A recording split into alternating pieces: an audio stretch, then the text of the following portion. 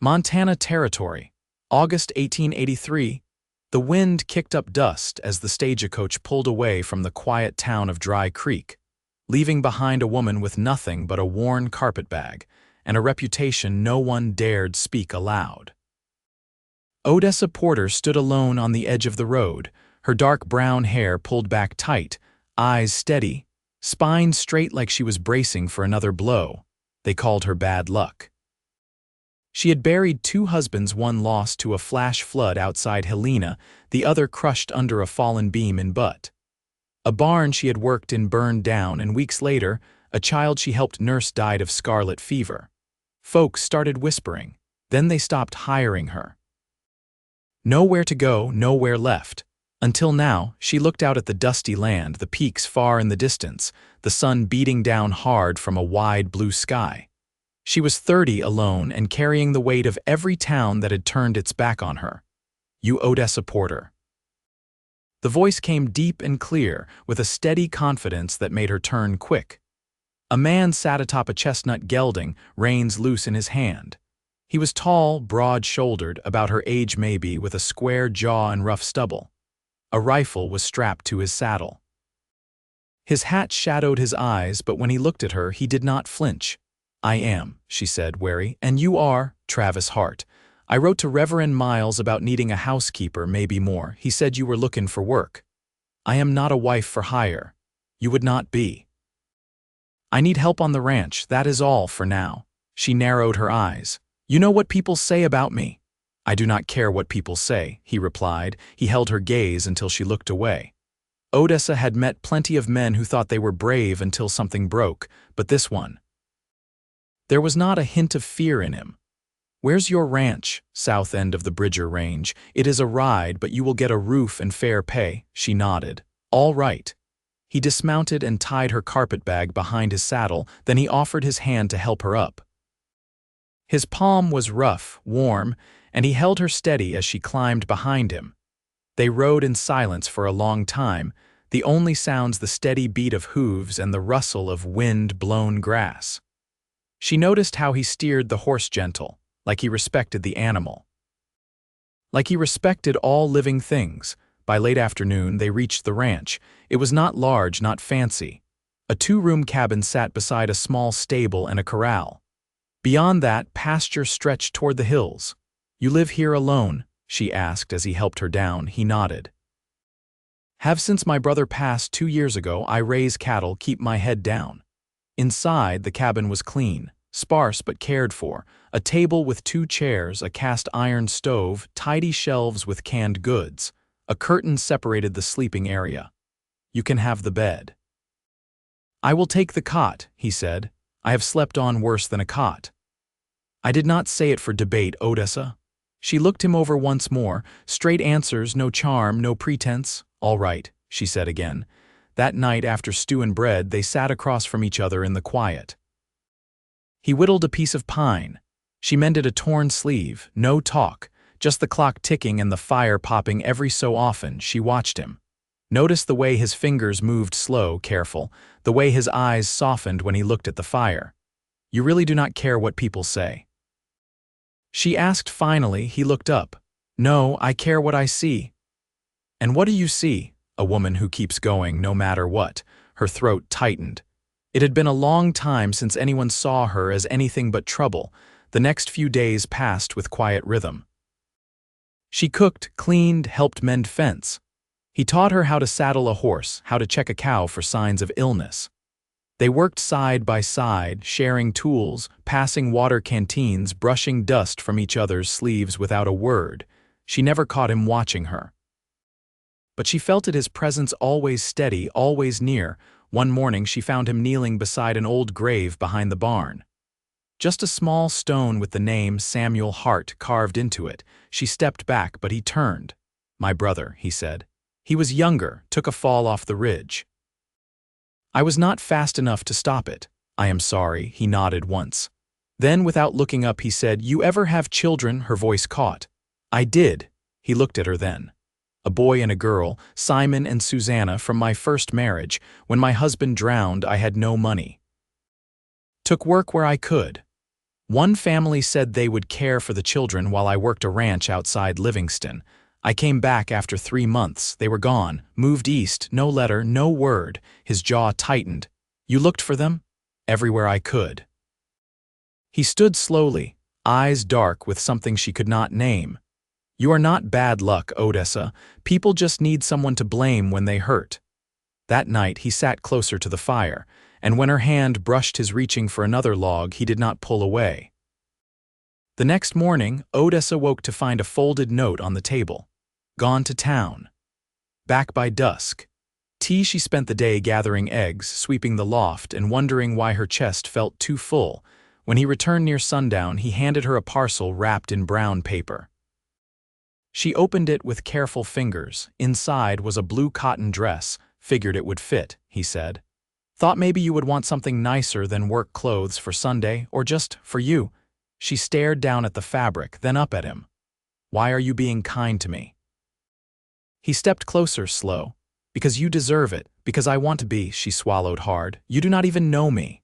I know enough. You are strong, you are good, and you are not alone anymore. Her eyes burned. He reached out, brushed a strand of hair from her cheek. I meant what I said. I do not care what people say. I see you, Odessa. She took a breath, her chest shaking. And what do you want from me? He touched her hand, held it firm. Nothing you are not ready to give, but if you ever are, I would ask for your hand with full devotion, no fear, no doubt. Tears slipped down her face. No one had ever said such things to her without expecting something in return. She squeezed his hand back. I do not know if I am ready, but I want to be, he smiled then. A real smile, quiet and sure, then we will take it slow, together. And for the first time in years, Odessa Porter felt like she had stepped out from under a storm into something warm. Something steady, something that just might become home. 3 weeks passed, each day stretching longer as late summer deepened, the air turning drier and the light sharpening along the edges of the mountains. Odessa rose before sunup, the hem of her new dress hanging beside her work apron, untouched. She hadn't worn it yet, not because she didn't want to, but because she wasn't sure what day would be right. Travis had added a second milk cow and an old mule to the barn, and one afternoon they repaired a section of fence where a bull had broken through. Odessa held the post steady as Travis drove the stake, his forearms straining, jaw set with focus. When he was done, dirt on his hands and sweat darkening his shirt, he looked up at her and said nothing. He didn't need to. There was a quiet between them that wasn't empty anymore. You ever think on leaving? She asked one evening as they shelled beans on the porch steps, the sky streaked in orange and lavender. He slid a pod open, dropped the beans into the tin bowl. I did, once after Samuel died. Where would you have gone? Didn't matter, just away. But I couldn't leave the land. He's buried here. This place raised us both. She nodded, fingers brushing over the beans in her lap. I tried to leave Montana once. Thought maybe another territory would care less about what followed me. He leaned back, the old step creaking beneath him. What kept you? Didn't have the money. Took a job instead, then another. Then the days just kept passing. The wind picked up slightly, rustling the sagebrush near the barn. Odessa looked out toward the ridgeline where the sun was dipping behind the peaks. You think folks ever change their minds? She asked. About what? About people. About what they believe. He was quiet a moment, then said, not often. But sometimes one person's truth can cut through 100 lies. The next morning, while Travis rode out to check the southern pasture, Odessa walked to the edge of the creek that split the back field. It was low this time of year, but still moved clear over smooth rock. She removed her boots and stepped into the water, letting it cool her ankles. The sound of it reminded her of a memory she hadn't touched in years, her daughter singing to herself while gathering river stones, her voice high and sweet. When she came back to the cabin, her dress was wet at the hem and her eyes looked tired in the mirror above the wash basin. But her shoulders felt lighter somehow. Like the ache she carried had shifted to a place where it didn't press so hard. That Sunday, she put on the blue dress. She braided her hair up off her neck and pinned it without looking away from the mirror. When she stepped out, Travis was waiting by the wagon, sleeves rolled, collar brushed clean. He stared at her for a long second. Then, without saying anything, he helped her up and drove them toward town. The church was small, just one room, whitewashed, with a bell that rang sharp in the still morning. People turned when they entered, some looked away. A few whispered. Travis didn't flinch. He held the door open and let her pass first. Inside, they sat in the third pew. Odessa folded her hands in her lap and kept her chin level.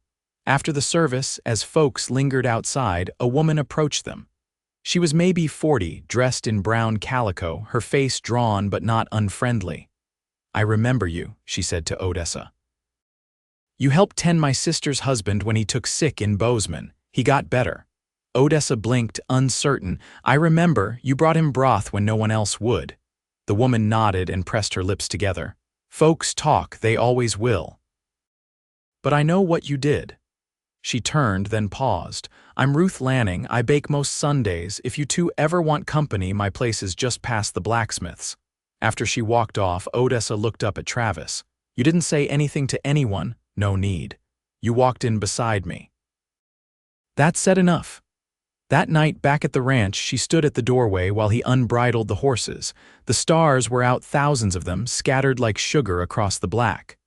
"I used to think love only came in one shape," she said, arms folded lightly. He didn't turn, just kept brushing down the gelding. "And now I think it grows quiet, like roots. You don't see it at first, then one day it's holding everything up."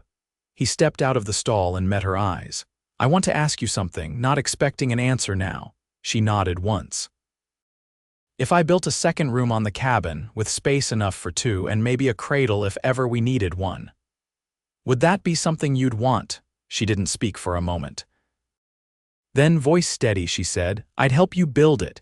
He smiled, not wide, just enough to show in the corners of his eyes. "Then we'll start tomorrow." Odessa turned toward the house. Her footsteps were sure on the worn path, and for the first time in years she wasn't looking over her shoulder. By late September, the mornings came edged with cold. Odessa pulled her shawl close as she stepped outside, boots crunching on frost-glazed grass. The fields were quiet, except for the faint cluck of hens in the coop and the mule's shifting weight in the barn. Travis had already gone to the ridge to check for signs of wolves. A neighbor's calf had gone missing last week, and he wasn't taking chances, not with two heifers due to calve before snowfall. Inside the cabin, she stirred oats over the stove, the scent of cinnamon rising with the steam. She let the spoon rest in the pot and opened the small drawer beneath the shelf. Folded inside was a letter creased from wear, the edges softened by her thumb. It was the only thing left from her children, a scrap of handwriting from her daughter, misspelled words and all. She tucked it back before her hands started shaking. The door opened behind her. "I didn't see tracks, but there's a kill to the north, rabbit, maybe coyote. We'll need to keep the cows close for a few days." She handed him a tin cup of coffee. "You want to set snares," he nodded, taking a sip. "I'll show you how if you're willing." "I'd rather know than not." He leaned against the counter, the sleeve of his shirt brushing her elbow. "You always want to learn." "I didn't used to. I thought if I knew less, there'd be less to lose." His eyes stayed on her steady. "And now, I want to know everything that might keep someone safe." They spent the afternoon in the north pasture, stringing wire and setting traps near the narrow deer trail. He showed her how to check the tension, how to mark the spot with just a broken twig, nothing that would draw a predator's eye while they worked. Travis glanced toward the high trees. "You ever think about writing them?" Odessa tied a knot, tugged it firm. "I don't know where they are. They might be looking for you. They were children. If they're still alive, they're grown now, and I'm a stranger." He crouched beside her, looping the wire around a stake. "You're not a stranger. You're their mother." "I was, you still are." Her hands stilled. The wind whispered through the pine needles overhead. He didn't press her, just moved to the next trap. That night, she sat at the table with a blank page in front of her and a stub of graphite. Hours passed before she wrote a single word. The next day brought a visitor. A wagon rattled up the road mid-morning. Odessa was hauling feed from the shed and turned at the sound of wheels on gravel. A man climbed down older, hair gone gray, coat dusty but well kept. "Travis Hart here," she nodded, set the bucket down. "He's in the lower field. I'll wait. Can I offer you something warm?" "No, thank you. Name's Ezra Boyd. I knew his father." Travis returned not long after, wiping his hands on a rag. When he saw the visitor, his jaw tightened. "Didn't expect to see you again. I heard you were still here. Thought I'd call on you, see if you had any interest in selling. Still not for sale." Ezra looked toward the fence line. "There's money in timber. You're sitting on good fir and spruce. Could clear enough to retire." "I'm not retiring," he turned to Odessa, "and you'd let him keep working this hard. Most women would want something easier." She met his gaze without blinking. "I don't want easier, I want honest." Ezra's mouth pulled tight. "Suit yourselves." After he left, Travis didn't say anything for a long while. He just went back to stacking kindling by the door, each piece placed with care. "I used to think if I made enough, I could leave this place. That's what Ezra and my father believed. But Samuel, he wanted to stay." "He sounds like you." Travis looked up. "He was better than me." She stepped closer, resting a hand against the doorframe. "You never talk about your mother. She died before Samuel turned 10, pneumonia. After that, our father sent us to work the land like men. Never asked how we felt about it." "I'm sorry." "He did what he knew, but I swore I'd do different if I ever had sons." She didn't answer, just watched the way his hand curled around the axe handle, the knuckles white. Later that evening, she found him outside, sanding the frame of a new window for the extra room they'd started. The moon cast pale light across the boards. "You think we'll finish before snow?" she asked. "If we work steady." She stepped beside him, her fingers brushing the rough wood. "I still don't know what you see in me." He didn't stop sanding. "You wake before the sun and you face the day like it owes you nothing. That's rare. I've made mistakes, so have I, but you don't let them define you," she swallowed. "I want to try with you. Not because you're kind to me or because I'm tired of being alone, but because when I'm near you, I'm not afraid of who I used to be." He set the sander down, turned. "Then stay, build this life with me." She nodded once. "I already started." When he stepped forward and took her hand, she didn't pull away. They stood in the chill air, no words left to say. The wind moved through the cottonwoods and the stars above held fast. There was no more running, only roots reaching deeper into the earth. By the time the first snow dusted the ridge, the second room stood framed, roofed, and ready for insulation. Odessa lay awake that night, listening to the wind press against the cabin, the logs creaking softly like the house breathed with them. She reached out across the narrow gap between cot and bed, her fingers brushing Travis's wrist where it rested beside him. He didn't move, just said quietly, "Can't sleep." She withdrew her hand. "Thinking." "Of what?" "Whether we'll make it through the winter without losing a calf. Whether the letter I sent will ever find its way to them." He turned his head on the pillow. "You did what you could. That's more than most." She sat up, drawing the quilt around her shoulders. "Do you ever wonder if a person gets only so many chances before the world decides they've had enough?" He exhaled slowly. "I think the world don't get to decide that, just people, and people are wrong more often than not." The silence returned, but it didn't weigh like it used to. She leaned back, and this time when her foot brushed his under the quilt, neither of them pulled away. In the following days, the cold deepened. Odessa kept a kettle simmering with herbs and honey bark, and Travis strung oilcloth across the windows to hold in the warmth. One afternoon, while hauling firewood from the shed, she found a set of small prints trailing near the fence line. Not coyote, not fox, she called out toward the barn, "Travis, come look." He stepped outside, wiping his hands on his trousers. "You see something?" "Tracks." Child-sized. He crouched beside them, studying the spacing. Too narrow for a grown man, too light for a calf. They followed the prints to the edge of the woods where they disappeared into the underbrush. Travis stood slowly. Might have been passing through. Or hiding. "Should we check the ridge?" "We'll wait till morning. If it's someone in trouble, they'll come closer when they're hungry." That night, Odessa left a plate of biscuits and a wool muffler on the fence post. In the morning, both were gone. The next day, they found her. A girl no older than 11, with tangled hair and a bruise fading on her cheek. She crouched near the woodpile, clutching the muffler like a lifeline. When Travis stepped forward, she bolted. Odessa moved slower, palms open. "We're not gonna hurt you." "You cold?" The girl watched warily, her eyes darting between them. "My name's Odessa. This is Travis. You got a name?" She hesitated. "Millie?" "Where's your folks, Millie?" She looked toward the trees. "Gone." Travis's voice was quiet.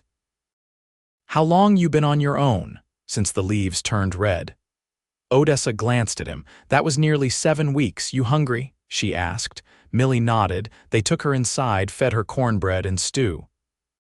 She didn't speak much, but when she finished eating, she curled up by the stove and fell asleep without a sound. Later, Odessa stood at the doorway, arms folded. "She can't stay out there." "She won't," Travis said. "You think she was running from someone?" "Likely." "What if they come looking? Then we'll be ready." Over the next days, Millie began to speak more. She helped gather eggs and watched Odessa knead bread with quiet fascination. "You real good at that," she said. Odessa smiled. "Only took a few dozen mistakes." One evening, Millie followed Travis to the barn. Odessa watched from the doorway as he handed her a brush and showed her how to curry the mule. The girl listened close, mimicking his movements. That night, Odessa sat beside him on the porch while Millie slept inside. "You think she'd stay?" "I think she already has," he said. "She'll need more than warm food. We can give her that." They sat in the cold until the moon rose high, their shoulders touching. Weeks passed. The snow came heavier and the fields disappeared under a soft, white hush. Millie helped string cranberries and thread pine across the mantle. She hummed sometimes, little tunes Odessa didn't recognize. One afternoon, she asked quietly, "Did you have a daughter?" Odessa paused. "I did." "Where is she?" "I don't know anymore, but I think of her every day." Millie nodded. "I think she'd like you." That evening, while Travis carved a sled runner by lamplight, Odessa took out her sewing and said, "I'd like to marry you before spring." He looked up slowly. "You sure?" She nodded. "I want to build something that lasts, with you." "With her?" He set the knife down and walked to her, kneeling beside her chair.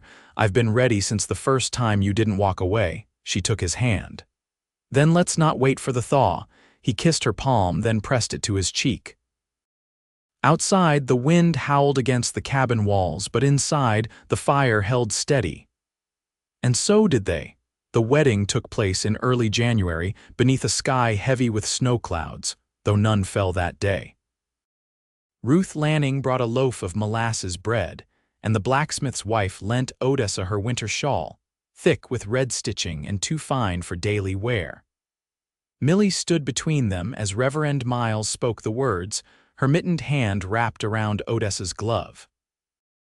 Travis held her other hand, broad and warm, his thumb brushing once across her knuckles when the vows were said. Afterward, they returned home by wagon, the path packed firm with old snow, the fields glazed in ice that caught the light like glass. Millie rode beside Travis, her feet swinging above the boards, a small pine cone in her lap. She'd found it near the chapel and said it was lucky. Odessa believed her. Inside the cabin, Odessa unpinned her hair and set the kettle to boil. Travis carried in a bundle of branches, his boots leaving damp prints on the floor. When she turned, his coat was already off, his eyes quieter than usual. "You've got a home now," she said, brushing a pine needle from his shoulder. He looked at her for a long moment, then kissed her forehead gently. "So do you." The next few weeks brought hard weather. Wind tore through the valley some nights, and once the stable door blew clean off its hinges. Travis repaired it by lantern light, Odessa holding the beam steady while Millie kept the fire hot. They worked like that together without needing to speak much. One morning, Millie asked for a slate and chalk. She'd never been taught letters, so Odessa began with her own name, drawing each letter slow and careful. Millie copied them, tongue between her teeth, brow furrowed. Travis carved a small stool for her to sit on by the fire, and she used it every day since. You think she'll want to stay when she's grown? Odessa asked one night as they read by lamplight, Millie already asleep in the added room. She'll have a choice. That's more than most get. Odessa folded the page. I think she might want to teach. He looked at her, surprised. What makes you say that? She's patient. And when she gets something right, she doesn't boast. She just tries the next thing.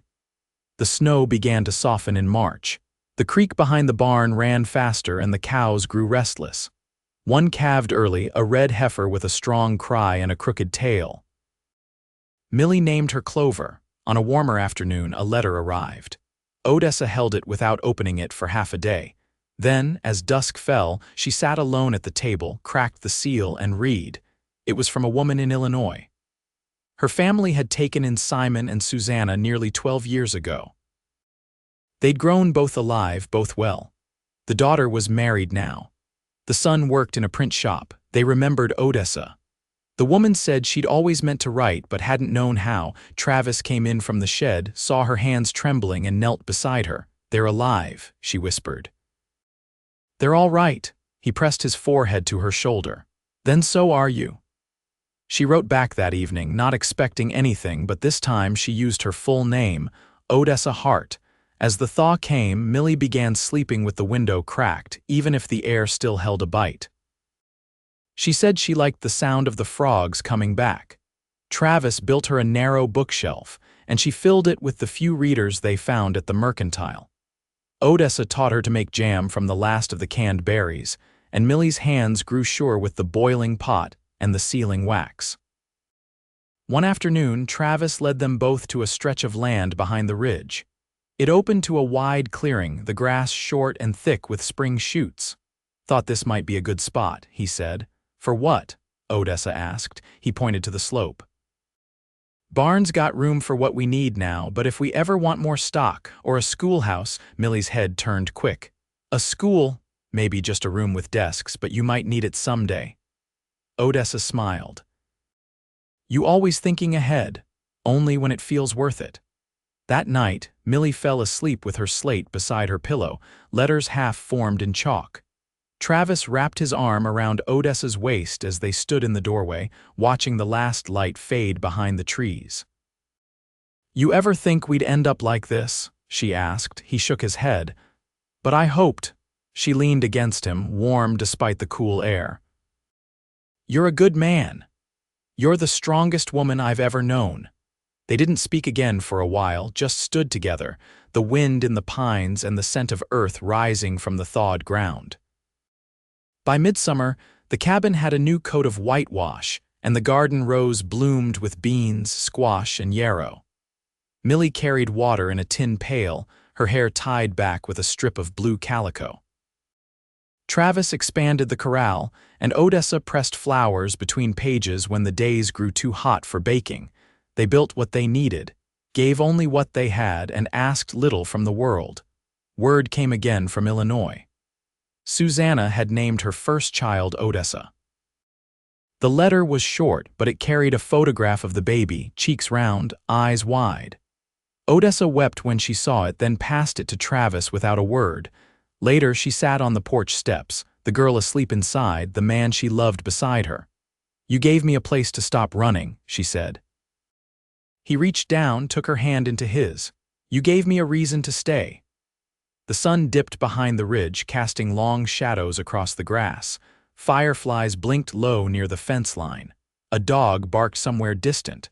The world was still, not waiting for once but settled. They stayed like that until the stars came out. And they stayed, year after year. Through summers of dry wind and winters of heavy snow, through laughter rising from the creek bed and quiet nights thick with peace. They built a home not out of walls, but out of every choice to keep reaching for one another again and again. Love did not come in the way either of them expected, but it stayed.